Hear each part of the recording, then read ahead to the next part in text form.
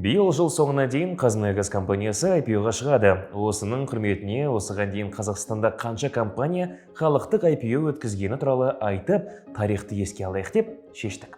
Бұл жай инвест лайк басып, коммент жазып, қолдау көрсетіңіздер, ал біз бастаймыз.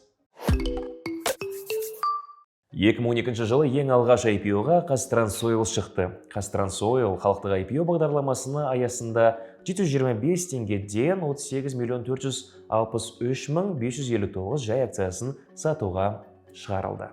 Бірақ 2012 жылдың 6 қараша мен 5 желтоқсан аралығында өткізілген жазылу барысында жалпы сомасы 59,4 миллиард теңгеге 34,687 өтінім келіп түсті. Яғни сұраныс жағы сатуға шығарылған акция санынан 2 есе көп болып шықты. Акцияларды өтінім берген инвесторлар арасында бөлу нәтижесінде 27,188 миллиард теңге сомасына 34,687 өтінім. Оның ішінде Қазақстан Республикасының азаматтарынан келіп түскен 34,676 өтінім қанағаттандырылды. Осылайша қарапайым инвесторларға IPO-ға шығарылған акциялардың 79,1% бұйырды. 2014 жылдың 18 желтоқсанында халықтық IPO бағдарламасы аясында Қазақстандық қор нарығында Кегок IPO өткізді.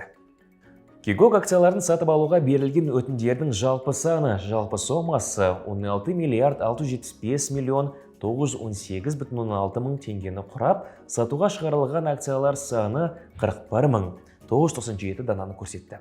Ал компания сатуға шығарған акциялар құны 13 миллиард 130 миллион теңге мөлшерінде бекітілген еді.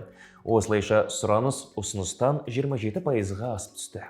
Қарапайым инвесторлар 9 миллиард 473 миллион теңгеге өтінім берген.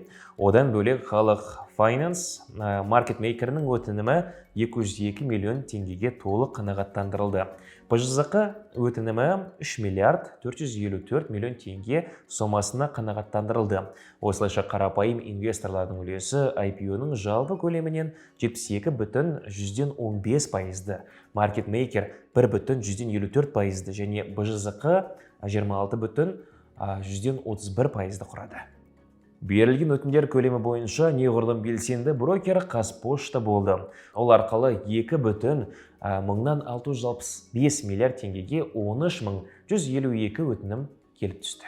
2018 жылы Қазатомөнеркәсіп компаниясы да IPO жасады. Бұл ұлттық компаниялар арасындағы 3-ші IPO еді. Бір акциясы 4,322,174 теңгеден бастап сатылды. Ал өсу бағамы 240,6% құрайды. 2018 жылғы қарашада Самұрық-Қазына Лондон қор биржасында және Астана халықаралық қаржы орталығының Астана International Exchange биржасында қосарланған листингі бар жаһандық депозитарлық қолхаттардың және акциялардың 14,92%, немесе 38 миллион 694,708 данасы мөлшерінде Қазатомөнеркәсіп акционерлік қоғамының IPO-сын табысты жүзеге асырды. Осы IPO бойынша Қазатомөнеркәсіп ұсынған акциялар пакетінің шамамен 86% LSE-ге және 14%-ға жуығы AX-ке орналастырылды. Достар, осы уақытқа дейін Қазақстанда өткен ұлттық компаниялар IPO-сымен барынша таныстыруға тырысты. Сұрақтарыңыз болса, комментке жазыңыз және Жуса Инвест ұйымдастырып жатқан 1 миллион теңге ұтысына қатысуды ұмытпаңыз. Ұтыс шарттары туралы толығырақ мәлімет осы видеоның төменгі жағында көрсетілген.